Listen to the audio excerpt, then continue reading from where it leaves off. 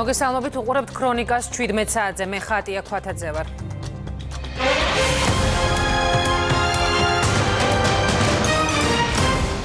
საქართველოს დელეგაცია ევროსაბჭოში რუსეთისათვის ხმის უფლების აღდგენას ეწინააღმდეგება. დებატები სტრასბურგში ხვალ გაიმართება. ტყვია-წამლის გაყიდვის შესახებ თავდაცვის მინისტრი პირველ განმარტებას აკეთებს. იზორია უარყოფს ინფორმაციას იმის შესახებ, რომ სამინისტროდან გატანილი მასალა შავ ბაზარზე გადიოდა.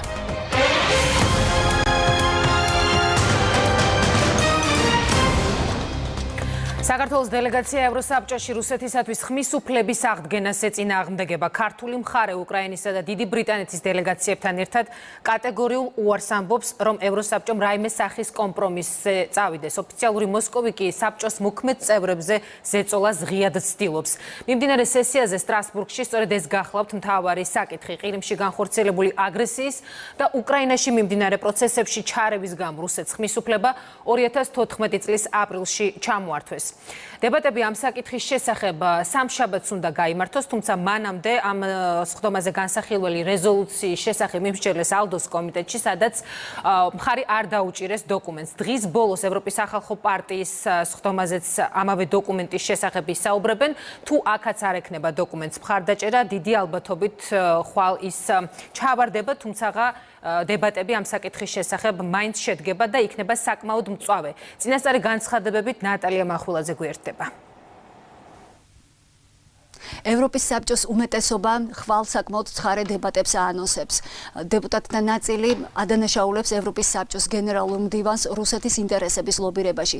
დეპუტატი ზინგერისი ამბობს, რომ ტორბენ იანგლანდი ცდილობს რუსეთს მიანიჭოს ხმის უფლება და აყენებს შეურაცხყოფას ევროპის საბჭოს და მას საკონსულტაციო ორგანოს უწოდებს. შესაბამისად, ხვალ დეპუტატები მოითხოვენ ევროპის საბჭოს გენერალური მდივისგან ახსნა განმარტებას ამ განცხადების თაობაზე. ის რომ საკმაოდ ცხარე დებატები იქნება, ამას აანონსებს ასევე უკრაინის დელეგაციაც. ისინი კატეგორიულად ითხოვენ, რომ არ მოხდეს რაიმე კომპრომისის დაშვება რუსეთის დელეგაციისთვის და აუცილებელია სანქციების შენარჩუნება. მინისტრთა კომიტეტმა მიიღო განსახილველად იანგლანდის წინადადება, რომელიც მან მოითხოვა თავის იურიდიულ განყოფილებაში, რომელსაც ქვია legal opinion, რომ ასამბლეას მხოლოდ კონსულტაციური უფლებები აქვს და არ აქვს უფლება გამოთქვას მოსაზრება ქვეყნებზე, რომლებმაც დაარღვიეს ევროპის საბჭოს პრინციპები. ამას უწოდებენ კონსულტაციურ ორგანოს და არა ორ ფრთას, ერთი ორგანიზაციის, მინისტრთა კაბინეტს და ასამბლეას. ფიქრობ, ხვალ ამ საკითხთან დაკავშირებით სერიოზული ასთა სხვადასხვაობა იქნება, რადგანაც სურთ მთელ საპარლამენტო ფრთას კონსულტაციური ჯიხური უწოდონ. ასეთი რამ ბოლო 40 წლის განმავლობაში აღარ მომხდარა. ეს არის სახელმწიფო, რომელმაც დაარღვია ყველა ნორმა, წესი და შეთანხმება. რუსეთმა მოახდინა ყირიმის ანექსია, ომობდა საქართველოსთან, მოაწყო დნესტრისპირეთი, ახლა დონბასში ომობს. რუსეთი იგნორირებას უწევს საერთაშორისო ნორმებს და ამიტომ არ შეიძლება იყოს ცივილური სამყაროს ნაწილი. ისინი ამბობენ, რომ დიდად არ აღელვებთ საპარლამენტო ასამბლეაში დაბრუნების საკითხი, მაგრამ ამისთვის ყველაფერს აკეთებენ. ყიდულობენ პოლიტიკოსებს, აფინანსებენ საინფორმაციო კამპანიას. მათ უნდათ ასამბლეაში დაბრუნება, რომ გააგრძელონ ევროპული თანამეგობრობის რღვევა შიგნიდან.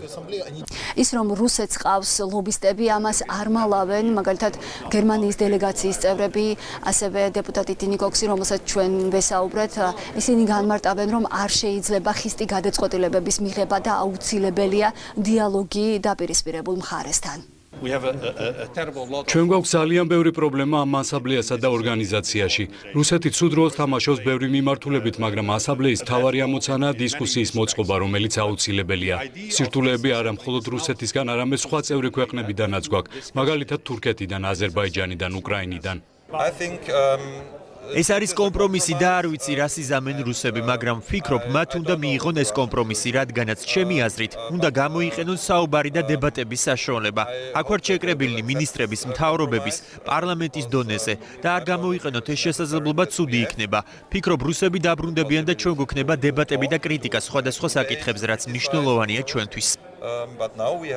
მე შეგახსენებთ, რომ რუსეთის ფედერაციას სანქციები დაუწეს და მას შემდეგ, რაც მან განახორციელა 2014 წელს ყირიმის ანექსია, ამის შემდეგ უკვე რუსეთის დელეგაცია აღარ მონაწილეობდა საპარლამენტო ასამბლეის სესიებში და ასევე რუსეთმა შეწყვიტა ევროსაბჭოში საწევროს გადახდაც. ეს გახლდათ ნატალია მახვილაძე სტრასბურგიდან. პარლამენტის თავმჯდომარე რუსთავიორის გენერალურ დირექტორს და არასამთავრობო სექტორს აკრიტიკებს. ირაკლი კობახიძე ამბობს, რომ ნიკა გვარამიას პოსტი სოციალურ ქსელში, სადაც ის პრეზიდენტობის დამოუკიდებელ კანდიდატს ესხმის თავს და მის მომხრეებს ემუქრება, ხელმოცარული და უნიათო ფაშისტის განცხადებაა. გვარამიამ ქართული ოცნების მიერ მხარდაჭერილი დამოუკიდებელი კანდიდატი საკუთარ პოსტში მოღალატედ მოიხსენია და დაწერა შემდეგი.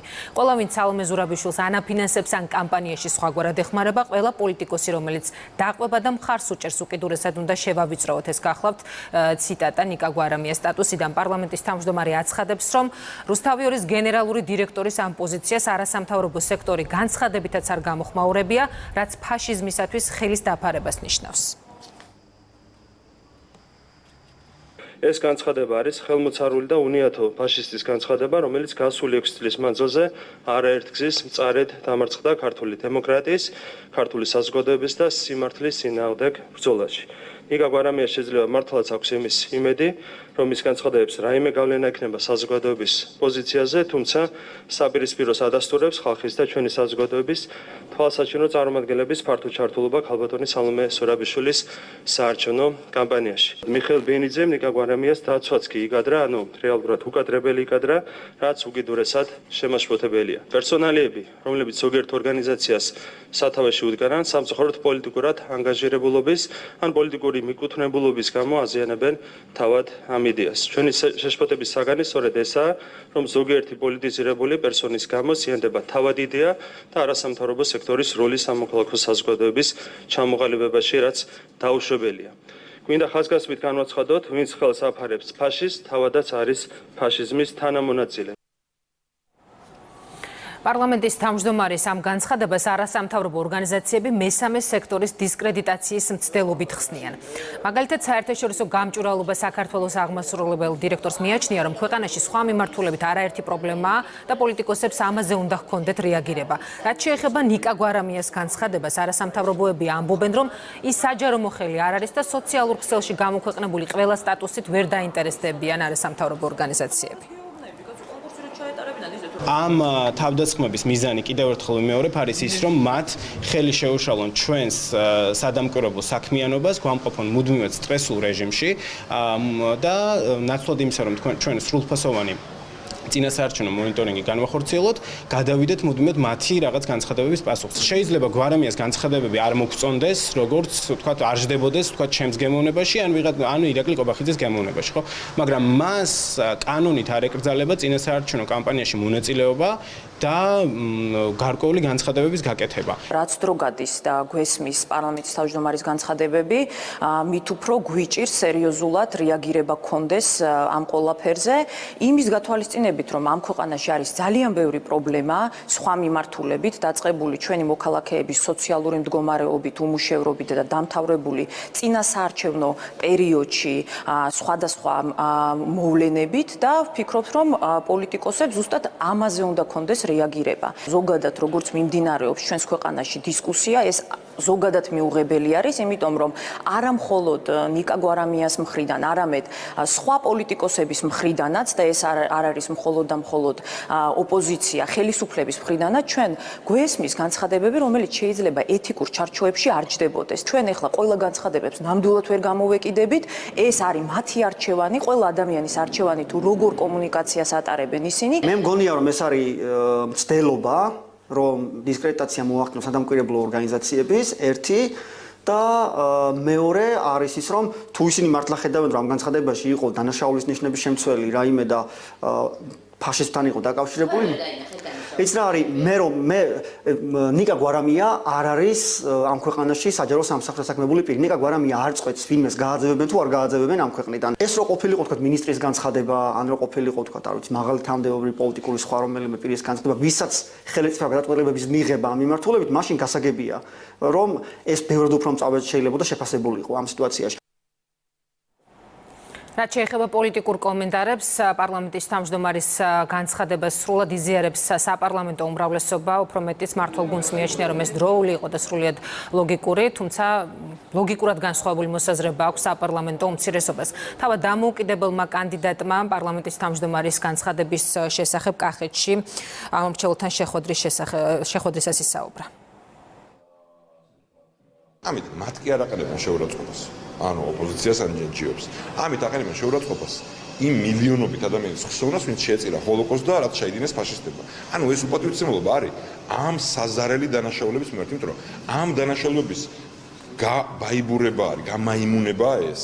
ამის გაგება ამ ხალხს უჭირს, იმიტომ რომ ნებისმიერ კონსტიტუციაში ეს ხალხი საქციელს კარგავს. არ ვიცი კაბახიძე რატომ უწოდა ფაშისტური, ვინაიდან ძალიან ბევრი ფაშისტური გამონათქვამები გვსმენია უმრავლესობისა და მათი მეგობარი, ასე ვთქვათ, და მეზობელი მარშალებისა თუ სხვა პარტიების მხრიდან, მაგრამ უმრავლესობის საპრეზიდენტო კანდიდატის გამონათქვამები არის, ასე ვთქვათ, სექსისტური. ძალიან ბევრი ტერმინები მოიხმარება ამ კონტექსტიდან გამომდინარე. არასამთავრობოები ძირითადად შექმნილი არის ნაციონალური მოძრაობის მხრიდან, მათი ხელდასმულები არიან და დღეს ისინი ან ხიბში არიან, ან ვალში არიან. შესაბამისად, არ უნდა გაგიკვირდეთ მათი მხრიდან სიჩუმე იმ ამაზრზენ და არაადეკვატურ განცხადებაზე, რომელიც გააკეთა პარტიული ტელევიზიის ხელმძღვანელმა. როდესაც ქვეყანაში ერთ-ერთი წამყვანი ტელევიზიის ხელმძღვანელი აკეთებს ასეთ განცხადებას, შემოსაზღვრავს კონკრეტულ სოციუმს პოლიტიკური შეხედულების გამო და ამისათვის გარიყვისკენ მოუწოდებს საზოგადოებას, კონკრეტული ადამიანების ეს ნამდვილად ფაშისტური განცხადება და უკიდურესად შემაშფოთებელი ასევე, როდესაც ამ განცხადებას არ აქცევს ყურადღებას არასამთავრობო სექტორი, უფრო მეტიც კონკრეტულ შემთხვევებში მათი მხრიდან მხარდაჭერაც კი იქნება მსგავსი მიდგომების მიმართ. ამის შესახებ ელჩებთან მქონდა ორი შეხვედრა, სადაც გავაცანი ტექსტი, რომელიც მე მგონი არ არის საკადრისი ტელევიზიის გენდირექტორის და ასევე გამოვთქვი ჩემი წუხარება, რომ არასამთავრობო ორგანიზაციებმა, რომელთანაც მე დამჭირდება ძალიან მჭიდრო ურთიერთობა მომავალში, როგორც პრეზიდენტი და როგორც ყველა უფლებების დამცველი, ამ შემთხვევაში არ ვიყავი მათ მიერ დაცული, როცა არც როგორც ქალი, როცა ზღვა ცილის წამების და ლანძღვის წამოვიდა ჩემზე, არც იმ შემთხვევაში, როცა თვითონ არანაირ საფუძველზე და ჯერ კიდევ ველოდები რა საფუძველი ქონდათ, პირადად მე და სახელით და გვარით დამარქვეს რაცისტი და ქსენოფობი. წინასაარჩევნო გარემო პარლამენტის თავმჯდომარის განცხადება იქნება საუბრის თემების სტუმართან ერთად საპარლამენტო უმრავლესობის ლიდერი გვერდება არჩილ თალაკვაძეს მივესალმები. მადლობა რომ მონაწილეობთ გადაცემაში ბატონო არჩილ. პირველ რიგში მინდა გკითხოთ, რამდენად დამაჯერებელია და მყარი არასამთავრობოთა ის არგუმენტი, როდესაც ისინი პასუხობენ პარლამენტის თავმჯდომარის კრიტიკას, რომ ნიკა გვარამიას არ არის საჯარო მოხელე, ის არ არის საჯარო სამსახურში დასაქმებული, შესაბამისად ყველა მოქალაქის სოციალურ ქსელში გამოქვეყნებულ სტატუსზე ვერ ექნება მესამე სექტორს რეაქცია. ეს არის არგუმენტი მათის მხრიდან. მოგესალმებით, მივესალმები საზოგადოებას. მე ვფიქრობ, რომ პარლამენტის თავმჯდომარის ირაკლი ყობახიძის შეფასებები არის სამართლიანი და პრობლემა რომ არ ყოფილიყო, არასამთავრობო სექტორიც საგნობრივად უპასუხებდა ამ კრიტიკას, როგორც ხედავთ, მათ თავიდან აირიდეს და რაღაც გვერდით პასუხები მოვისმინეთ მათი მხრიდან, რაც ძალიან სამწუხაროა. მე მგონი ეს არ არის ერთადერთი მაგალითი, თუნდაც რუსთავი 2-ის დირექტორის განცხადებები, რაზეც ბოლო დროს ან რეაგირება საერთოდ არ ხდება სამოქალაქო სექტორის ნაწილის მხრიდან, ან ხდება მიკერძოებული რეაგირება, რაც ასევე პრობლემაა. შეგიძლიათ დავაზუსტოთ ბატონო არჩილ, ბატონ მამუკა მდინარაძეც საუბრობდა ამ შესახებ. ჩამოგითვლით მინიმუმ 3-4 მაგალითი მაინც მახსენდება ბოლო უახლოეს დღეების განმავლობაში, სადაც მე პირადად ველოდი სამოქალაქო სექტორისგან რეაგირებას და მიუკერძოებელ შეფასებებს. რა თქმა უნდა, დავიწყოთ იმით, რომ დემოკრატიასთან არის შეუთავსებელი და ეს არის წარმოუდგენელი, როდესაც ტელევიზია და ტელევიზიის დირექტორი, რომელიც მთელი ქვეყნის მასშტაბით მაუწყებლობს, პირდაპირ მოუწოდებს საზოგადოებას კონკრეტული სუბიექტების თუ ადამიანების შევიწროებისკენ, დევნისკენ და მოუწოდებს და მათ პირდაპირ ფაქტიურად შეტევას ახორციელებს. მეორე, ასევე არ მომისმენია არანაირი შეფასებები, რაც ვფიქრობ საარჩევნო გარემოსთან და თავისუფალ არჩევნებთან ასევე შეუთავსებელია და პირდაპირ წინააღმდეგობაში მოდის და ამაზე ვფიქრობ სადამკვირვებლო არასამთავრობო ორგანიზაციებს უნდა ამოეღოთ ხმა. ეს არის, როდესაც ტელევიზია და ტელევიზიის დირექტორი პირდაპირ საარჩევნო სუბიექტს ღიად ემუქრება და კონკრეტულ მოწოდებებს აკეთებს მის წინააღმდეგ. მე არ ვიცი თუ ვინმე არის ამ ქვეყანაში ექსპერტი, ან უფლებადამცველი, ან დამკვირვებელი ორგანიზაცია, რომელიც თulis ამას ნორმალურ მოვლენად, მაშინ შეგვიძლია ამაზე გავაგრძელოთ კამათი, მაგრამ მე დიდი ეჭვი მაქვსო ესეც ვერავის ვერ იპოვით ცალკე რომ მოძებნოთ. მესამე მაგალითი, ძალიან კონკრეტული მაგალითი, აი ნახეთ ადამიანებმა შესწირეს კონკრეტული თანხები კანონმდებლობის სრული დაცვით პრეზიდენტობის კანდიდატს ქალბატონ სალომე ზურაბიშვილს.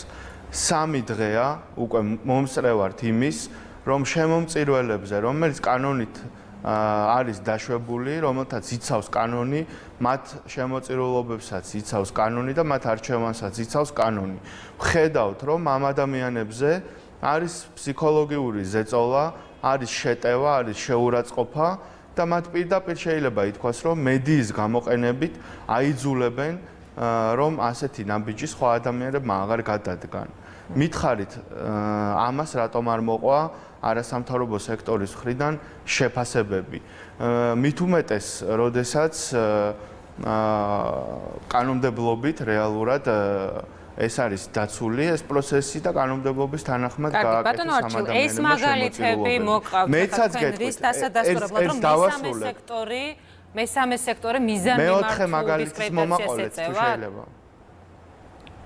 თქვენ მიერ მხარდაჭერილი კანდიდატის დისკრედიტაციას კი არა, აქ ლაპარაკი არის, რაც ირაკლი კობახიძემ ისაუბრა, რომ მესამე სექტორი, სამოქალაქო სექტორი, აგნებავთ არასამთავრობო ორგანიზაციები, რეალურად აი ესეთ ფაქტებს ტოვებენ რეაგირების გარეშე, მაშინ როდესაც ისინი ძალიან მწვავედ რეაგირებენ დღის წესრიგზე, რომელიც დღეს არის იგივე დღის წესრიგი, რაც არის ნაციონალური მოძრაობის და მიხეილ სააკაშვილის დღის წესრიგი. როგორც მინიმუმ, როდესაც მიხეილ სააკაშვილი და ნაციონალური მოძრაობა აქებს არასამთავრობო ორგანიზაციებს, ესე იგი რაღაცას არასწორად აკეთებენ ეს ადამიანები, ხო? შეუძლებელია, რომ ნაციონალური მოძრაობის დღის წესრიგი და მათი განცხადებები იყოს თანხმობაში და იყოს აი ესეთ რეჟიმში არასამთავრობო სექტორის პოზიციებთან. მე მეოთხე მაგალითსაც მოგიყვანთ. ყველაზე ბოლოს მომყავს ეს მაგალითი, იმიტომ რომ ის 3 უფრო მნიშვნელოვანია ჩემთვის პირადად.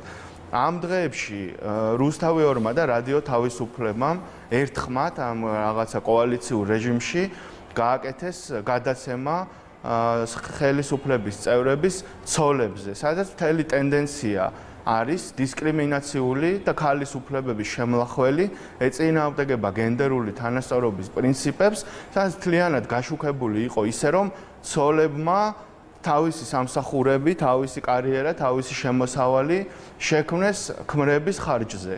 როდესაც კონკრეტულად ჩამოთვლილ მაგალითებში პრაქტიკულად ყველას 8, 9, 11 წლის წინ აქვთ დაწყებული მუშაობა სხვადასხვა ორგანიზაციებში, საჯარო სექტორში, აქვთ დაწინაურებები, აქვთ თავისი კარიერა, ესენი არიან განათლებული ქალები, ესენი არიან დამოუკიდებელი ქალები, რომლებიც შრომობენ და ამ საზოგადოების წევრები არიან. აი ამ ადამიანებზე პრაქტიკულად შეურაცხყოფის, დისკრიმინაციის რეჟიმში გაკეთდა გადაცემა, მე ვერ ვნახე ვერც ერთი ორგანიზაცია, ქალთა უფლებების დამცველი, ან დისკრიმინაციის წინააღმდეგ მომუშავე, ან გენდერზე მომუშავე, რომელმაც ხმა ამოიღო და გააკრიტიკა თუნდაც ეს გადაცემა. აი ესეთი მაგალითებია, მე ნუსხინს არასამთავრობო სექტორს, როდესაც მათ უკვე მიკერძოებაში ადანაშაულებენ, იმიტომ რომ ეს ფაქტები ხელის გულზე დევს და საზოგადოება ხედავს, რომ არის აშკარად შერჩევითი რეაგირება. არ ვიცი, რამდენად წყინთ, თუმცა ფაქტია ის, რომ დღეს მათ თქვეს, რომ აი მაგალითად პარლამენტის თავმჯდომარის ეს განცხადება ნიშნავს იმას, რომ ხელისუფლება ცდილობს წინასაარჩევნოდ მესამე სექტორის დისკრედიტაცია. შესაძლოა თქვენს მიერ ჩამოთვლილი მაგალითების და ეს თქვენი განწყობაც, რასაც ახლა ეთერით ვისმენთ, სწორედ ასე აღიქვან არასამთავრობო ორგანიზაციებმა. მე მგონი, მე რაც მაგალითები ჩამოგითვალეთ, ვინ რას ცდილობს, აქედან კარგად ჩანს. ირაკლი კობახიძე არის პარლამენტის თავმჯდომარე. ადამიანი, რომელიც წლების განმავლობაში მუშაობდა სამოქალაქო სექტორში. ერთ-ერთი საუკეთესო ექსპერტი იყო და მუშაობდა საერთაშორისო ორგანიზაციებში. თქვენ მართლა ფიქრობთ, რომ ირაკლი კობახიძის აი ეს კრიტიკული განცხადება საერთოდ არაფერს ანიშნავს არასამთავრობო სექტორისთვის და მათ მართლა ის რაც განცხადებების გააკეთეს, ეგ არის მათი ნამდვილი რეაქცია. პირიქით, მე ვფიქრობ, ეს იყო ძალიან სერიოზული შეფასება და ამას სჭირდება ძალიან სერიოზული გათვალისწინება. ჩვენ არ გვჭირდება არც არასამთავრობო სექტორისგან რამეზე კვერის დაკვრა, არ გვჭირდება არც მათი მხარდაჭერა არჩევნებში.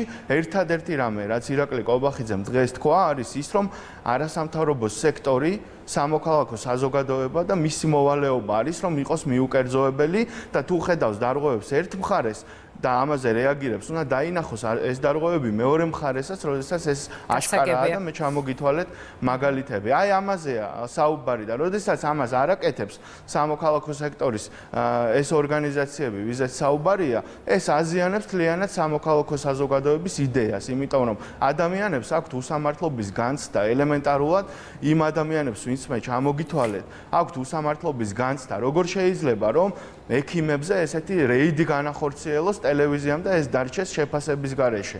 ან როგორ შეიძლება რომ ესეთი დისკრიმინაციული გადაცემა, რაც იყო ცოლებთან დაკავშირებით, დარჩეს რეაგირების და შეფასების გარეშე სამოქალაქო სექტორს. თქვენ მართლა ფიქრობთ, რომ ამ ექიმებს რომ თანხები შეეწირათ ნაციონალური მოძრაობისთვის, ხმას არ ამოიღებდა არც ერთი, არც რუსთავი 2 და არც სამოქალაქო სექტორის ეს ორგანიზაციები, ვინც დღეს ესე კრიტიკულად გამოდიან. ასე რომ აი ეს არის ზუსტად ის წუხილი და ის კრიტიკული შეფასება, რაც დღეს ირაკლი კობახიძემ თქვა და მე კიდევ ერთხელ ვამბობ, მე მიმაჩნია, რომ სამართლიანია ის წუხილები, რაც პარლამენტის თავმჯდომარეს აქვს. ზოგადად საარჩევნო გარემოს შესახებაც რომ ვისაუბროთ, ერთი რამ ფრაზა, უბრალოდ ეპითეტი, რომელიც ნიკა გვარამიას სტატუსში შევხვდა, რადგან ამ საკითხის ირგვლივ ტრიალებთ, მაინც მოღალატე. ხშირად ისმის ხოლმე ფაქტობრივად, მუდმივად თქვენს მიერ მხარდაჭერილი და ამოუკიდებელი კანდიდატის წინა საარჩევნო შეხვედრებზე თითო ადამიანი, არ ვიცი, ან ჯგუფი ხვდება თქვენს მიერ მხარდაჭერილ კანდიდატს სწორედ აი ამ შეძახილებით და ესენი არიან ძირითადად ნაციონალური მოძრაობის მხარდამჭერები ან წარმომადგენლები, როგორც იკვეთება. როგორ ფიქრობთ, არჩევნების მოახლოებასთან ერთად უნდა ველოდოთ, თქვათ, უფრო მეტ დაძაბულობას, ვინაიდან ეს პროვოკაციებად არის შეფასებული მმართველი გუნდის მხრიდან და მსგავს პროვოკაციებს და უფრო გახშირებულს? სალომე ზურაბიშვილს აქვს ძალიან პოზიტიური კამპანია შეხვედრები რეგიონებში. მე პირადად გუშინ ვესწრებოდი კახეთში შეხვედრებს, რომელიც ძალიან პოზიტიურად ჩატარდა.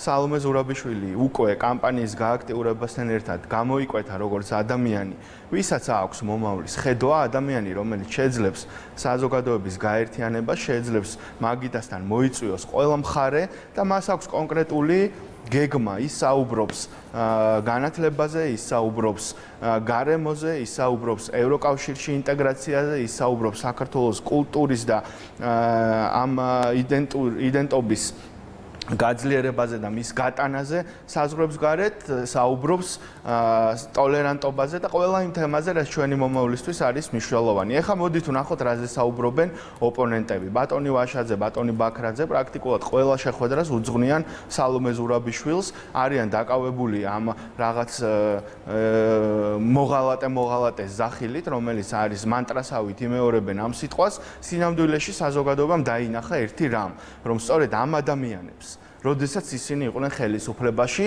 აქვთ ხელი მოწერილი და თანხმობა მიცემული ისეთ რეზოლუციაზე საპარლამენტო ასამბლეის სხდომაზე, სადაც პირდაპირ არის სამწუხაროდ ჩანაწერი გაკეთებული, რომ საქართველოს მხრიდან ზუსტად გაკეთებული გადადგმული ნაბიჯები გახდა 2008 წლის აგვისტოს ომის ესკალაციის მიზეზები და საქართველოს არის პირდაპირ დადანაშაულებული ამ რეზოლუციის მეხუთე პუნქტში, რაზეც ხელი აქვს მოწერილი, კიდევ ერთხელ ვამბობ, მაშინ პარლამენტის თავმჯდომარეობდა დავით ბაქრაძე, მის თანაგუნდელებს, რა თქმა უნდა, მასთან შეთანხმებით და მაშინ ბატონი ვაშაძე იყო ასევე ხელისუფლების და სახელისუფლებო გუნდის წევრი და დღეს ეს ადამიანები ურცხვად გამოდიან და სალომე ზურაბიშვილს ადანაშაულებენ იმაში, რაც სინამდვილეში თვითონ აქვთ დადასტურებული ელემენტარულად დარბაზიდან რომ გასულიყვნენ და მხარი არ დაეჭირათ ამ რეზოლუციისთვის, რომელსაც 93-მა სხვადასხვა დელეგატმა მისცა ხმა, გამოაკლებოდა ამათი 5 ხმა და იქნებოდა დღეს გამართული წელში საზოგადოება და არ იქნებოდა სალაპარაკო და მათაც ეს ტაქტიკა რატომ შეარჩიეს? შეარჩიეს იმიტომ, რომ იცოდნენ რომ ამ თემაზე საუბარი ჩამოვარდებოდა ალბათ ამ კამპანიის ფარგლებში და ზუსტად წინასწარ დაიწყეს შეტევა სალომე ზურაბიშვილზე, იმიტომ რომ ეს თავისი გადაწყვეტილება როგორმე გადაეფარათ. მაგრამ არავინ არ არის ამ ქვეყანაში მოკლე მეხსიერებით, ჩვენ ყველას გვახსოვს, საზოგადოებას ახსოვს ეს გადაწყვეტილებები, მათი განცხადებების ახსოვთ, მათ შორის იმ კრიზისის დროს, ისიც ახსოვთ, როგორ იქცეოდა მათი ლიდერი, როგორ იქცეოდა მათი არაერთი თანაგუნდელი ომის დროს, ასე რომ მოღალატეები უნდა მოიკითხონ და მოძებნონ თავის გუნდში. მოექცევა ეს საარჩევნო კამპანია ბატონო არჩილი ევროპულ სტანდარტებში მოხერხდება?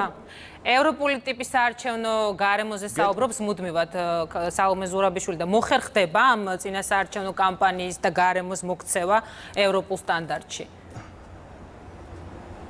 ეს კარგი შეკითხვაა. მეც მგონია, რომ საზოგადოება და განსაკუთრებით ჩვენი მხარდამჭერები, ქართული ოცნების მხარდამჭერები არიან ცოტაოდენ გაბრაზებული იმაზე, თუ როგორც იქცევა დღეს ნაციონალური მოძრაობა, როგორც იქცევა რუსთავი 2 და როგორც იქცევიან ჩვენი ოპონენტები. გაბრაზებული არიან ცოტაოდენ იმაზე, თუ რატომ მოხდა ეს და რატომ დაუშვით და რატომ დღეს საზოგადოება დგას ამ ყველაფრის წინაშე. მაგრამ ამაზე ჩვენ გვაქვს პასუხი, ჩვენ გვიწევს დემოკრატიაში მაღალი ფასის გადახდა. ჩვენ გვინდა ფუნდამენტური არსებითი დემოკრატია და სწორედ ამ დემოკრატიის განსხვავება წინა ხელისუფლების დემოკრატიისგან არის ის, რომ ამ დემოკრატიამ გადაარჩინა ყველა განსხვავებული აზრი, გადაარჩინა მათ შორის ეს ბატონების და დაბალფასიანი დემოკრატია, რომელიც ჰქონდათ თვითონ როცა იყვნენ ხელისუფლებაში, ყველას გვახსოვს როგორ მუშაობდა, ყველას გვახსოვს მედია როგორ კონტროლდებოდა, ყველას გვახსოვს კრიტიკულად ადამიანი, როდესაც გამოვიდოდა, მერე სადამთავრებდა თავის მოღვაწეობას, ყველას გვახსოვს როგორ ექცეოდნენ ბიზნესს და ასე შემდეგ.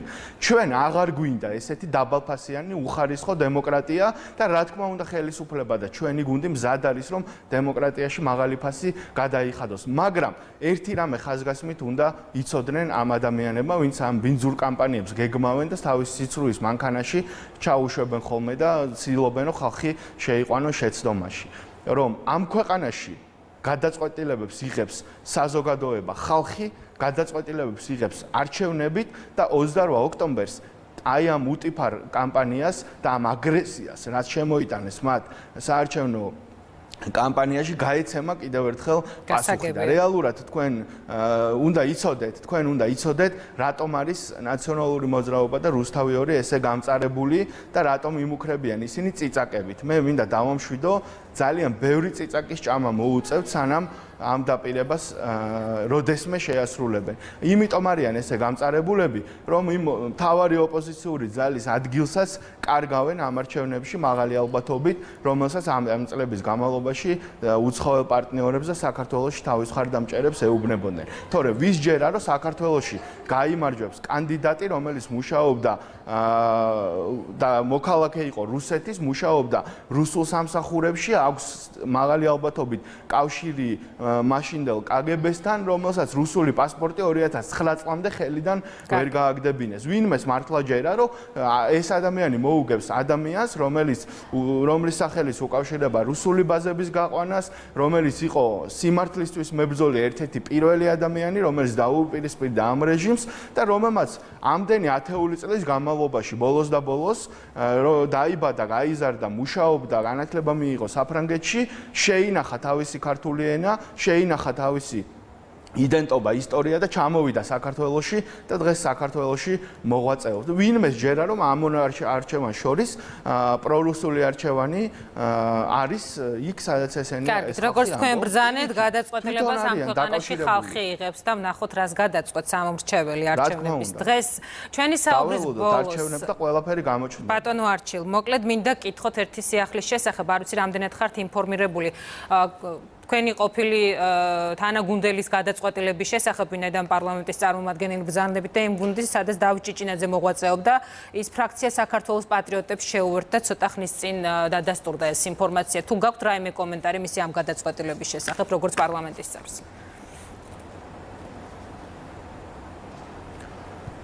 თქვენ იცით ჩვენი გადაწყვეტილება ბატონ დავითთან დაკავშირებით, მასთანაც არაერთხელ ყოფილა მსჯელობა, შეხვედრა, როდესაც ის იყო ჩვენს რიგებში, იყო სერიოზული უთანხმოება არაერთ საკითხზე და ამაზე ჩვენ ყოველთვის ჰქონდა ჩვენი რეაქცია. შესაბამისად, მან მიიღო უკვე ეს გადაწყვეტილება მას შემდეგ, რაც ის არ არის ქართული ოცნების წევრი, არ არის უმრავლესობის შემადგენლობაში, მან თვითონ გააკეთა ამის შესახებ არაერთხელ განცხადება, იცით თქვენ პოლიცსაბჭოს გადაწყვეტილებად, შესაბამისად, ის როგორც დამოუკიდებელი დეპუტატი იღებს უკვე გადაწყვეტილებას მას შემდეგ, რაც ის აღარ არის ქართული ოცნების წევრი. რაც შეეხება პატრიოტთა ალიანსს, რაც შეეხება ოპოზიციურ პარტიებს, არაერთხელ გვითქვამს ჩვენ და კონსტიტუცია ზუსტად ისე შევცვალეთ, რომ პარლამენტში იყოს პლურალისტური გარემო, იყოს არაერთი პოლიტიკური პარტია ოპოზიციიდან წარმომადგენელი და მათ გაგვიწიონ ძლიერი და არგუმენტირებული ოპონირება. ვნახოთ, ესეთი იქნება თუ არა დავით ჭიჭინაძის შემადგენლობით პატრიოტთა ალიანსი მომავალში, მაგრამ ჩვენი მხრიდან აშკარად არის მზადყოფნა იმის, რომ პარლამენტში და საქართველოს მეცხრამოწვევის პარლამენტს ყავდეს ქმედითი ოპოზიცია. გასაგებია. დიდი მადლობა. არჩილ თალაკვაძე პასუხობდა ქრონიკის კითხვებს. თავდაცვის მინისტრი ბრიუსელიდან დაბრუნდა და იმ საქმის შესახებ გასცა შეკითხვებს, რის გამოც უწყების ორი თანამშრომელია დაკავებული. მინისტრმა განმარტა, რომ საუბარია ტყვია წამლის და არასაბრძოლო მასალის გაყიდვაზე. ლევან იზორიამ უარყო გავრცელებული ინფორმაცია იმის შესახებ, რომ სამინისტროდან გატანილი მასალა შავ ბაზარზე გადიოდა. მან აღნიშნა, რომ იანვარში ჩატარებული ინვენტარიზაციით დარღვევა არ გამოვლენილა და დანაშაულის შესახებ 9 აგვისტოდან 9 სექტემბრამდე წარმოებული ოპერატიული საგამოძიებო მოქმედებების შედეგად შეიტყვეს. ინფორმაციის მოგვიანებით გავრცელება კი მინისტრმა საქმის სპეციფიკით ახსნა. მე მოვისმინე სხვადასხვა ექსპერტების ასევე შეფასებები თითქოს და ეს იყიდებოდა შავ ბაზარზე, რომ თითქოს და სახელმწიფო უსაფრთხოებას დაემუქრა ამით საფრთხე.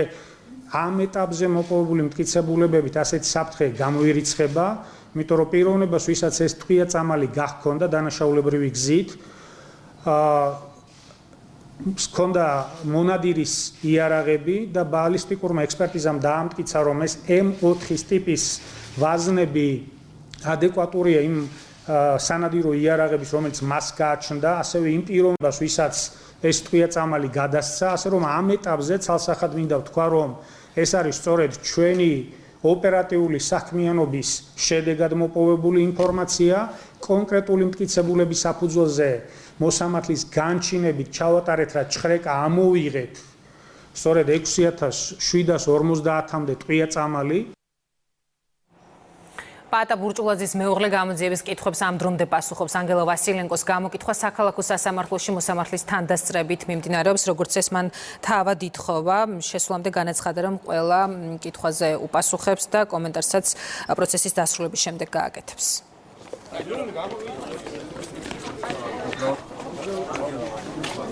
მოსმენის შემდეგ მოგცემთ ყველა კომენტარს. გასცემს პასუხებს ამომწურავად ყველა დასმულ შეკითხვაზე და მზად არის თანამშრომლობის გამოძიებასთან. ყველაფერი წარადგინა, განაცხადა, რომ 8 ოქტომბერს დაბრუნდებოდა, იმავე დღეს იყო ცნობილი ეს პროკურატურისათვის და ფიქრობ, რომ დღევანდელი ფაქტი სწორედ ამას ადასტურებს. ფონდის თანხებიდან დოკუმენტაციის შესწავლა ცხადყოფს, რომ დაახლოებით 700.000 ლარი არის დახარჯული პაატა ბურჭულაძის და მისი მეუღლის მგზავრობის ხარჯების ანაზღაურებისათვის, ისე რომ დოკუმენტაციაში არ მოიძებნება არც ერთი დოკუმენტი იმის თაობაზე, თუ რამდენად წარმოადგენდა ამ ხარჯების ანაზღაურება ფონდის მიზანს. რაც შეეხება მოწმინდა საკითხი პირის ადვოკატის განმარტებას იმასთან დაკავშირებით, რომ გამოძიება 4 ოქტომბერს წინასწარ იყო ინფორმირებული, რომ ანგელა ვასილენკო აპირებდა საქართველოს ტერიტორიის დატოვებას, ეს არ შეესაბამება სინამდვილეს, დაცვას არ წარმოუდგენია ამის თაობაზე არანაირი დოკუმენტი. ოთარ ფარცხალაძე შეხება არ ჰქონია ზაზა ოქუაშვილის მიერ გავრცელებულ ინფორმაციასთან და მზად არის უპასუხოს ყველა კითხვას, ასე ამბობს ყოფილი მთავარი პროკურორის ადვოკატი გაგია მუსიაშვილი. აცხადებს, რომ მისი დაცვის ქვეშ მყოფთან ერთად უახლოეს მომავალში უფრო ვრცლად ისაუბრებს. ამ ეტაპზე კი აღნიშნავს, რომ ფარცხალაძე მზად არის ნებისმიერ დროს ითანამშრომლოს გამოძიებასთან და უპასუხოს კითხვებს მის ბიზნეს საქმიანობასთან დაკავშირებითაც. ვემიჯნებით ნებისმიერი სახის განცხადებაც, რომელიც გავრცელდა საზოგადოებაში მედია საშუალებების მხრიდან, უფრო მეტიც ბოლო წლებია ფაქტიურად ხდება ბატონი ოთარის დისკრედიტაცია, ერთხელ და სამუდამოდ ეს უნდა დამთავრდეს. სწორედ ამიტომ უახლოეს დღეებში ჩვენ ვაპირებთ, რომ საზოგადოების წინაშე, თქვენს წინაშე წარვდგეთ, ჩავატაროთ პრესკონფერენცია, სადაც თითოეულ თქვენს კითხვას გაეცემა პასუხი. რამე თუ ერთხელ და სამუდამოდ ის ინფორმაციები, ის ცრუ ინფორმაციები, აბსურდული ინფორმაციები, რომელიც საზოგადოებაში არა ერთხელ გავრცელებულა, აღნიშნულს ბოლოს და ბოლოს წერტილი დაესვას. თბილისის პროკურატურაში ომეგა ჯგუფში შემავალი კიდევ ერთი კომპანიის ხელმძღვანელი დავით ფანქველაშვილი მივიდა. მანამდე ალექსანდრე ხაჩიშვილი იმყოფებოდა. ორივე მოწმე TBC ბანკიდან $1,800,000 გატანის ეპიზოდთან დაკავშირებით იყო დაბარებული. როგორც ხაჩიშვილმა მედიას უთხრა, თანხის გატანის პროცესში უშუალოდ მონაწილეობდა და ლევან ყიფიანის მითითებით ჩადო ეს თანხა მისთვის უცხო მანქანაში, რომელშიც ცეცხლსასროლი იარაღი შენიშნა. ფანქველაშვილიც და ხაჩიშვილიც მოსამართლის თანდასწრებით უპასუხებენ ყველა კითხვას. ადვოკატის შევით, ჯობს რომ მოსამართლესთან ჩავაბარო და ჩვენება და შესაბამისად მეც დავეთანხმე და გამოძიებას დაუდასტურეთ ჩვენი პოზიცია. ეს მოვლენები ძირითადად განვითარდა კი ბატონო TBC ბანკში და აბსოლუტურად ყველაფერს ვესწრებოდა. ბანკში ვიყავი თანამშრომლებთან ერთად. კი ბატონო, 4 თანამშრომელი ვიყავი. ლევან ყიფიანიც იყო? და ლევანი ყიფიანიც იყო. თანხის შესახებ, რომ მანქანაში უნდა ჩამედო თანხა, მითხრა ლევან ყიფიანი. მანქანა უცნობი იყო ჩემთვის. მანქანაში იდეა AKS-ის სისტემის მოკლე ავტომატი. სამოქალაქო ფორმაში ჩაცმული ადამიანები. ეს ფული მიდიოდა ჩვენი მშენებლობებისთვის, ფირმის განვითარებისთვის. მე ესე ვიცოდი ბოლომდე. გამოცხადებული იქნენ ომეგა ჯგუფის შემავალი კომპანიების დირექტორები დღეს ბატონი ალექსანდრე ხაჩიშვილი და ასევე დავით ფანქველაშვილი, რომელმაც მზაობა გამოთქვეს, რომ ისინი მზად არიან სასამართლოში მოსამართლეს თანდასწრებით სრული ინფორმაცია მიაწოდეთ, რა ინფორმაციას მას გააჩნიათ ამ საკითხთან დაკავშირებით. ძირითადი ეპიზოდი არის TBC ბანკთან მიმდინარე მოვლენები, რომელიც ეხება იმ ფულის გამოტანას, რომელიც თუ როგორ განხორციელდა ყველა ვიცით აღნიშნული თანხის გამოტანა. ომეგა ჯგუფის საქმის ამ ეპიზოდს TBC კიდევ ერთხელ გამოეხმაურა ბანკის გენერალურმა დირექტორმა ხაზგასმით აღნიშნა, რომ TBC-ში ყველა ტრანზაქცია ყოველთვის კანონის სრული დაცვით ხორციელდება. ვახტანგ ბუცრიგიძის განცხადებით, მარჯანიშვილის სათაო ოფისი 2005 წელს გაიხსნა და ამ დღიდან დღემდე დილის 9 საათიდან საღამოს 8 საათამდე მუშაობს. მისი თქმით, ტყუილია ის ინფორმაცია, რომლის მიხედვით ფილიალი სპეციალურად გაიხსნა არასამუშაო დროს კონკრეტული თანხის გასატანად. ამას გარდა ვახტანგ ბუცრიგიძე სიცრუეს უწოდებს ინფორმაციას იმის შესახებ, რომ თანხის გატანამდე ლევან ყიფიანსა და მას შორის სატელეფონო კავშირი შედგა. ამბობს, რომ ყიფიანსაც და გიორგი გახარიასაც იცნობს, თუმცა მათთან არანაირი პირადი ურთიერთობა არ აკავშირებს. მარჯანიშვილის ფილიალი მუშაობს დილის 9 საათიდან საღამოს 8 საათამდე. ანუ ის არის ტყუილი, რომ ამ ტრანზაქციის განხორციელებისათვის სპეციალურად მოხდა ფილიალის გახსნა. 21 აპრილს ტრანზაქცია დაწყებულია 19 საათსა და 22 წუთზე. ხოლო დასრულებულია 19 საათსა და 53 წუთზე. კიდევ ერთხელ ვიმეორებ, ფილიალი მუშაობს სტანდარტულად 20 საათამდე. ანუ ყველა წესის დაცვით ჩვენი თანამშრომლის სრული ჩართულობა. ჩვენ ყოველთვის ვცდილობთ მაქსიმალური ხარისხიანი მომსახურება მივაწოდოთ კლიენტებს და კომპანიის დირექტორის მოთხოვნით შესაბამისი თანხა მოვამზადეთ და ჩვენი თანამშრომლები დავუკავშიროთ თანხა მზად იყო გასაცემა და ეს იყო მიზეზი ამ სატელეფონო კავშირის. და რეალურად თანხა გაიცა 13 საათსა და 01 წუთზე. რაც შეეხება ჩემ ნაცნობობას, მე პირადად არ ვიცნობ ბატონ ფარცხალაძეს. რაც შეეხება გიორგი გახარიას, ბატონი გიორგი გავიცანი მე როგორც ბიზნეს ომბუდსმენის რანგში, ლევან ყიფიანი. მე ვიცნობ ბატონ ლევანს, მაგრამ არ მაქვს პირადი ასე ვთქვათ მეგობრული ურთიერთობა მასთან. რაც შეეხება ბატონი ოქროაშვილის ბრალდება სატელეფონო ზანთან დაკავშირებით, სრული პასუხისგებლობით ვაცხადებ, რომ ამ ტრანზაქციის წინ არ უძღოდა არანაირი სატელეფონო კომუნიკაცია ჩემსა და ბატონ ლევან ყიფიანს შორის. ტრანზაქციები შესრულებულია საქართველოს კანონმდებლობის და საბანკო პროცედურების სრული დაცვით. ომეგა ჯგუფის საქმესთან დაკავშირებით კითხვებს იმედის კვირაში ფინანსთა მინისტრმა ივანე მაჭავარიანმა უპასუხა. მან კიდევ ერთხელ განმარტა, რატომ დაუგროვდა კომპანიას 50 მილიონ ლარამდე ვალი. მინისტრის თქმით, აბსურდია იმის განცხადება, რომ ვინმე ვალის გადავადებაში ფულს იხდიდა. მაჭავარიანმა ზაზა ოქუაშვილთან და ლევან ყიფიანთან შეხვედრის დეტალებიც გაიხსენა. პირობებში. შეიძლება და ზუსტად ისთან კითხეთ, რაში იხდიდა ფულს. მე ამდენ ჩანაწერს უყურე და ვერ მივხვდი ფულს რაში იხდიდა. ბიზნესის წართმევა არ წართმევაში თუ დაბრუნებაში, გადავადებაში თუ ტელევიზია რო არ წაერთოთ. მისმა მეუღლემ თქვა, რომ ფინანსთა მინისტრმა დაგვიბარაო. ეს არის აბსოლუტური ტყუილი. ერთი კვირა ცდილობდნენ ჩემთან შეხვედრას და საბოლოოდ დამთავრდა ეს იყო აგვისტოს პირველ ნახევარში. ისევ მზად ვიყავით, რომ ახალი გრაფიკი და ახალი ეს ვთქვათ ხელშეკრულება გაგვეგრძელებინა სხვათა შორის. არ უნდა შემცირება ვალის და უნდა გაეგრძელებინა მუშაობა, როგორც მუშაობდა და როგორ წარმოედგინა, რომ მაგისტვის მოვიდოდა და დადებით პასუხს მიიღებდა. ამიტომ ჩემთვის ცოტა არ მინდა რომ შეურაცხყოფა მივაყენო, მაგრამ აბდაუბდა იყო ეს შეხვედრა. შეხვდებით რეკლამის შემდეგ რამდენიმე წუთში.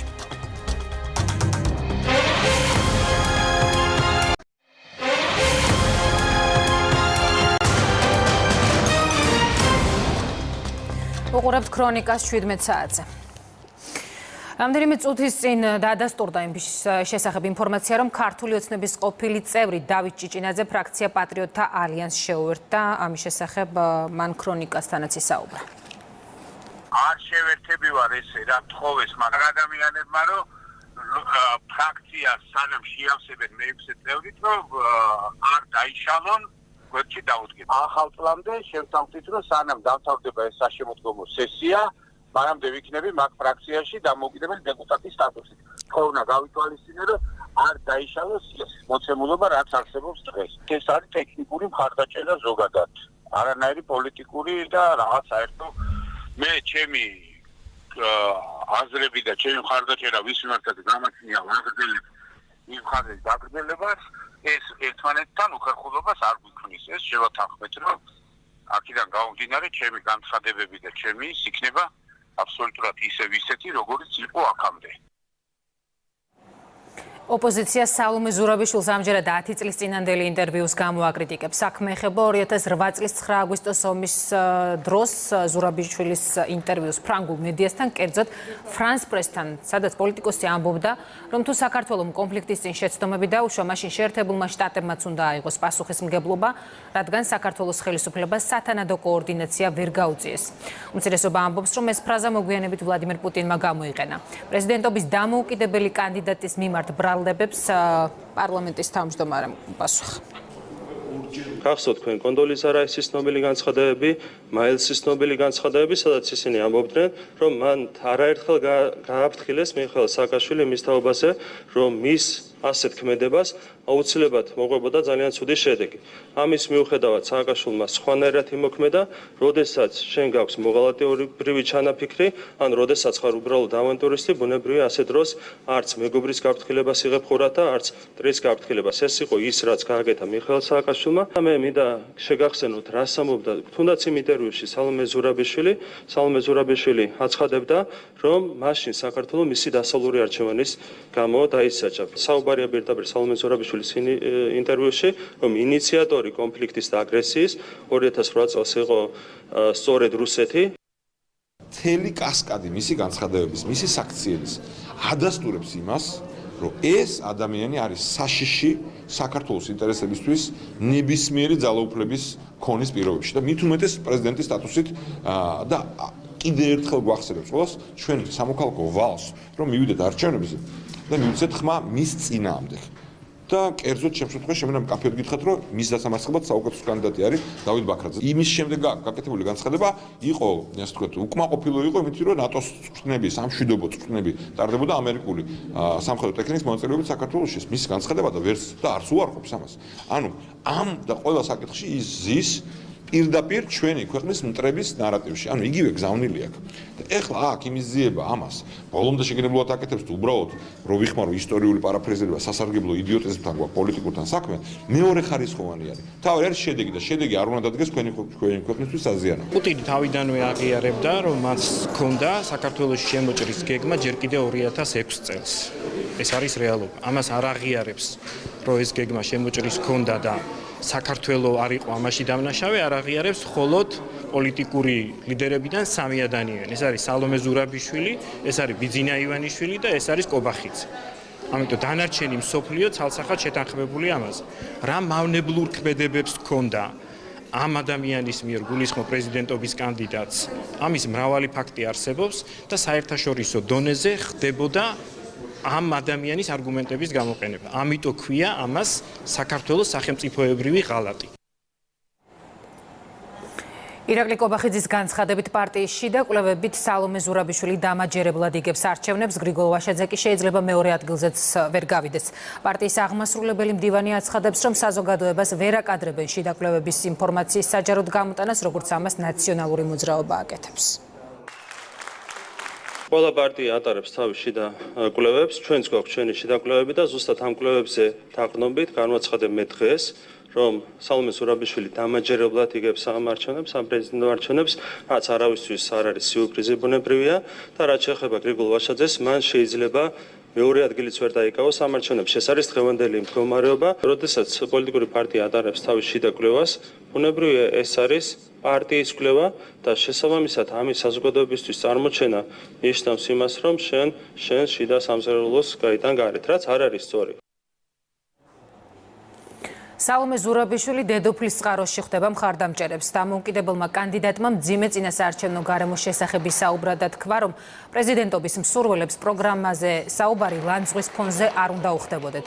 სალომე ზურაბიშვილმა სიტყვით გამოსვლისას რუსეთის საგარეო საქმეთა მინისტრთან შეხვედრაც გაიხსენა, სადაც საქართველოსთან რუსეთის ბაზების გაყვანის შესახებ აწარმოებდა მოლაპარაკებას. ძალიან მნიშვნელოვანი მე ძალიან დიდი იმედი მაქვს, რომ ეს არის ბოლო ამ ტიპის კამპანია. ყოველ შემთხვევაში მე როგორც პრეზიდენტი ყველაფერს გავაკეთებ იმისთვის, რომ და ეს მე აღარ შემეხება შემდეგ ეტაპებზე, რომ ასეთი კამპანიები აღარ ჩატარდეს ამ ქვეყანაში, რომ ნამდვილად ამორჩეველს ჰქონდეს საშუალება, რომ გადაწყვიტოს, ვინ უნდა ხვალ პრეზიდენტად, ხვალ დეპუტატად, ხვალ ადგილობრივ დეპუტატად, ისე რომ აქ არ იყოს რაღაცა ჭიდილი ლანძღვაგინება და სულ სხვა განზომილებაში გადასვლა. როცა ხელი მოვაწერეთ, მოლაპარაკებები ჩავატარეთ და ხელი მოვაწერეთ სამხედრო ბაზების გასვლაზე რუსეთთან და რუსეთის საგარეო საქმეთა მინისტრთან. მე არასოდეს არ ჩავთვალე, რომ ის იყო ჩემზე მეტი, ჩემზე მაღლა. ის იყო ჩემი თანასწორი და ერთი-ერთზე საუბრობდით, ერთი-ერთზე ზოგჯერ საკმაოდ ისეთი დაძაბული საუბარიც ჰქონდა. და მე არ ვიყავი რაღაცა იმ ქვეყნის ყოფილი რაღაცა კოლონია და ის ჩემზე ზემოთ მდგარი. და ასეც იქნება ყველასთან, ევროპელებთან, რომელსაც კარგად ვიცნობ. იმათთანაც საუბარში არ არის საჭირო, რომ ჩვენ ვიყოთ რაღაცა ასევე დაკნინებულ როლში, რომ ჩვენ მივიღეთ ამდენი დახმარება. ჩვენ ვართ ძალიან მნიშვნელოვანი ევროპისთვის. იმიტომ ჩვენ ვართ ამ რეგიონში, რომელიც ყოველდღიურად უფრო რთული, რო არ თქვა უფრო დაძაბული, უფრო არაპროგნოზირებადი. ამ რეგიონში ჩვენ ვართ ყველაზე პროგნოზირებადი, ყველაზე სტაბილური, ყველაზე დემოკრატიული, ყველაზე პროევროპული თუ ყველაზე ევროპული თავისთავად. ეს კამპანია მიმდინარეობს ძალიან მშვიდობიანად, ადმინისტრაციულ რესურსზე მე არაფერი მსმენია და მე თუ მონაწილეობ ამ კამპანიაში, მონაწილეობ როგორც საქართველოს მოქალაქე და იმ დღეს, როდესაც კამპანიაში მონაწილეობ, შვებულებას ვიღებ, რომ სამსახურებრივი რესურსი არ გამოვიყენო. რაც შეეხება იბერიის საქმეს, მე ვფიქრობ, რომ ამაზე გავლენა არ უნდა იქონიოს, რადგანაც ეს არის ცალსახად გადასახადო საკითხი და ამის პოლიტიზირება წინასაარჩევნო კამპანიასთან მიბმა მე მგონი უფრო პოლიტიკური ანგაჟირების მცდელობა არის, ვიდრე რეალურად რაღაც საქმიანი გადაკვეთა. ევროპული საქართველოს პრეზიდენტობის კანდიდატი კი გურიაშია. უმუშევრობის გარდა ჩუხატაურის რაიონის მოსახლეობამ განსაკუთრებულ პრობლემად დასახა ფაროსანას მიერ განადგურებული მოსავალი. ძალიან რთული მდგომარეობაა გურიაში და როცა ხელისუფლება თავს იწონებს იმით, რომ ებრძვის ფაროსანას და წელს ფაროსანას რიცხვმა დაიკლო, მე ურჩევ მათ ჩამობძანდნენ გურიაში, შეხვდნენ ადამიანებს და მოისმინონ რა დღეშია მოსახლეობა. ხალხმა პრაქტიკულად ვერ აიღო მოსავალი, არანაირი შემოსავალი და ადამიანები, ოჯახები არიან შიმშილობის პირას. ამიტომ ამ ყველაფერს სჭირდება შეცვლა, ამ ყველაფერს სჭირდება ცვლილებები და ცვლილებების გზა გადის არჩევნებზე. ამიტომ თითოეული ადამიანი აუცილებლად უნდა მოვიდეს არჩევნებზე, ხარი დაუჭიროს საკუთარ უკეთეს მომავალს, ხარი დაუჭიროს მშვიდობიან ცვლილებებს, იმისთვის რომ ერთად შევქმნათ და ავაშედოთ საიმედო ხვალინდელი დღე. თბილისის მერი კახაკალაძე ცინცაძისა და კარტოზიას ქუჩების კვეთაზე ახალი სატრანსპორტო კვანძის მშენებლობას გაეცნო.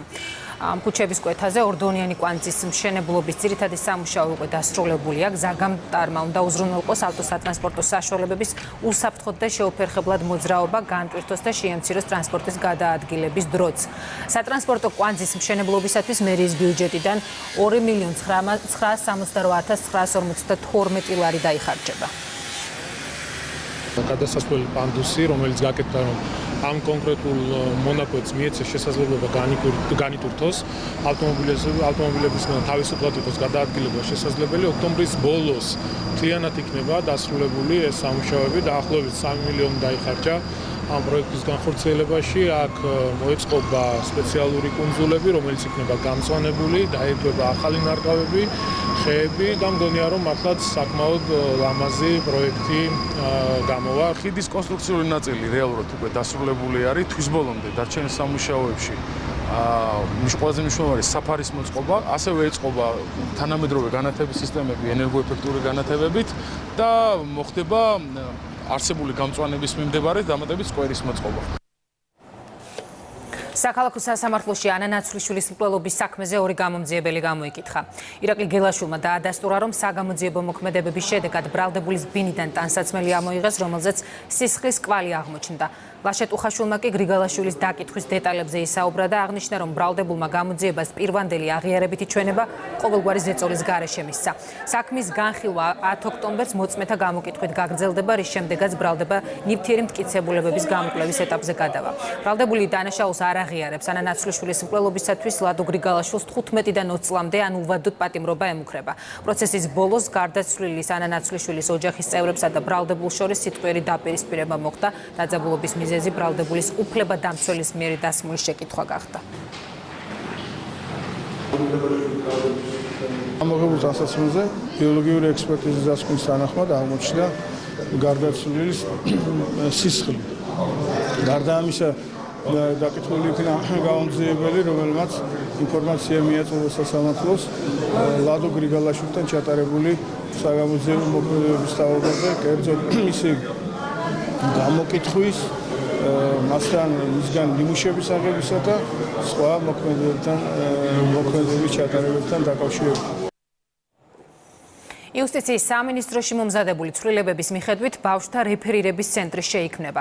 რამდენიმე სახელმწიფო უწყების თანამშრომლობის შედეგად რთული ქცევის მქონე ბავშვები გამოვლინდებიან და ისინი გადამისამართდებიან რეფერირების ცენტრში, რომელიც ბავშვის ინდივიდუალური მახასიათებლების შესწავლის შემდეგ უზრუნველყოფს მის შესაბამის პროგრამაში ჩართვას. მოხდეს კანონთან კონფლიქტში მყოფი ამასაკის ბავშვთა სწრაფი იდენტიფიცირება, გადამისამართება რეფერირების ცენტრში, ხოლო რეფერირების ცენტრიდან იმ სერვისებში ჩართვა, რაც გულისხმობს სავალდებულო ტიპის მომსახურებებში ჩართვას ბავშვებისა, იქნება ეს სპორტი, საგანმანათლებლო პროექტები თუ სხვა. აღნიშნული საკანონმდებლო ცვლილებები ითვალისწინებს რეფერირების მექანიზმის დახვეწას, რაც გულისხმობს იმას, რომ ის ბავშვები, განსაკუთრებით 14 წლამდე ასაკის ბავშვები, რომლებიც დანაშაულს ჩადიან და დღეს რეალურად არ არსებობს ეფექტიანი სერვისები, სადაც ამ ბავშვების ჩართვა შეიძლება მოხდეს იმისთვის, რომ თავიდან იქნეს არიდებული მათი მხრიდან განმეორებითი დანაშაულის შემთხვევები, ეს სერვისები დაიხვეწოს, ამ სერვისების შეთავაზება მოხდეს 14 წლამდე ბავშვებისთვის. სოფლიო ბანკის შეფასებით კორუფციის კონტროლითა და მმართველობის ეფექტიანობით საქართველოს ისტორიულ მაქსიმუმს მიაღწია. მონაცემები ბანკის ვებგვერდზე ეგრეთ წოდებული მსოფლიო მმართველობის ინდიკატორებში გამოქვეყნდა. კერძოდ კორუფციის კონტროლის მხრივ 100%-იან შკალაზე საქართველოს ქულა 77.4%-ს გაუტოლდა. ამ მაჩვენებლით საქართველოს ევროკავშირის წევრ 13 სახელმწიფოს უსწრებს. პოზიცია გაუმჯობესებულია რეგულაციის ხარისხში და მმართველობის ეფექტიანობის ინდიკატორშიც. მსოფლიო ბანკის მსოფლიო მმართველობის ინდიკატორები 200 ქვეყანას მმართველობის 6 მიმართულებით აფასებს. სოფლიო ბანკის კვლევა ცხადია მნიშვნელოვანი, იმიტომ რომ ის რამოდენიმე ძალიან მნიშვნელოვანი კრიტერიუმის შედეგად, კრიტერიუმზე დაკვირვების შედეგად აკეთებს, ეს არის ზედაპირული პოზიცია, ამიტომ ეს მნიშვნელოვანია და ცალსახად კარგია. ეს პროგრესულია, ცხადია პოლიტიკურ ნებასაც უკავშირდება, მაგრამ გაცილებით მნიშვნელოვანია, რომ ასეთი ტიპის კვლევების სულისკვეთება და შინაარსი იყოს თანხმედრაში, შენი საზოგადოებაში არსებულ აღქმასთან, ზოგადად კორუფციასთან მიმართებაში და მნიშვნელოვანია, რომ ხელისუფლებამ გადადგას ნაბიჯი იმისათვის, რომ ყოველივე შედეგები თანხმედრაში იყოს ხელისუფლების ხედვასთანაც. მე ვფიქრობ, რომ არ არის სისტემური კორუფცია ჩვენს ქვეყანაში, თუმცა არის ალბათ მაგალითები, რომელთა მიმართაც ხელისუფლება გაცილებით უფრო მკვეთრად უნდა გამოხატოს თავისი პოზიცია, რათა ამ შედეგების ასახვა მოხდეს სწორედ საზოგადოებრივ განწყობებში. სოფლიო ბანკის უკანასკნელი კვლევა, რომლის თანახმადაც კორუფციასთან ბრძოლის წინააღმდეგ საქართველოს ევროპაში მე-20 ადგილი დაიმსახურა, ნამდვილად ხაზგასასმელია და პოზიტიური მიღწევაა საქართველოსთვის. ამასთან ერთად აღსანიშნავია, რომ თუ ქულებით შევაფასებთ საქართველოს, არც ერთ წინა წელს მას არ ქონია ამდენი ქულა, საუბარია 74 ქულაზე 100-დან, რომლის მიხედვითაც მან დაიკავა თავისი 5 მილი ადგილი და ეს ნებისმიერი წინა წლის მაჩვენებელს აღემატება კარგი კუთხით. ამასთან ერთად აღსანიშნავია, რომ რამდენიმე ევროპულ ქვეყანას გადავუსწარით, მათ შორის ევროკავშირის წევრ ქვეყნებსაც, როგორც დასავლეთ ევროპის, ასევე აღმოსავლეთ ევროპის ქვეყნებს და აღსანიშნავია, რომ რეგიონში ჩვენ უდაო ლიდერები ვართ ამ კუთხით. დაელოდეთ დღის მთავარ გამოშვებას 20 საათზე და გაეცანით ყველა სიახლეს ვებგვერდზე იმედი ნიუსში ნახვამდის.